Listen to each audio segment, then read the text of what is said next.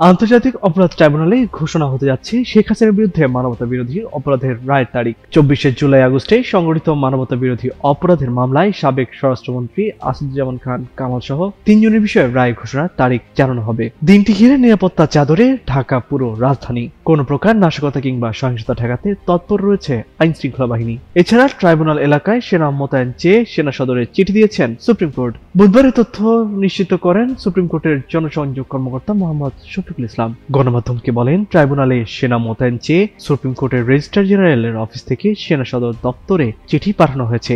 এদিকে এ রায়কে কেন্দ্র করে কার্যক্রম নিষিদ্ধ আওয়ামী লীগের ডাকা লকডাউন কর্মসূচি ঘিরে কয়েকদিনের অস্থিতিশীল পরিস্থিতিতে ঢাকায় অবস্থিত রাষ্ট্রীয় বিভিন্ন গুরুত্বপূর্ণ স্থাপনায় নিরাপত্তা ব্যবস্থা জোরদার করা হয়েছে। বিশেষ করে টিএমপির 50টি থানায় অতিরিক্ত পুলিশ সদস্য মোতায়েন করা হয়েছে।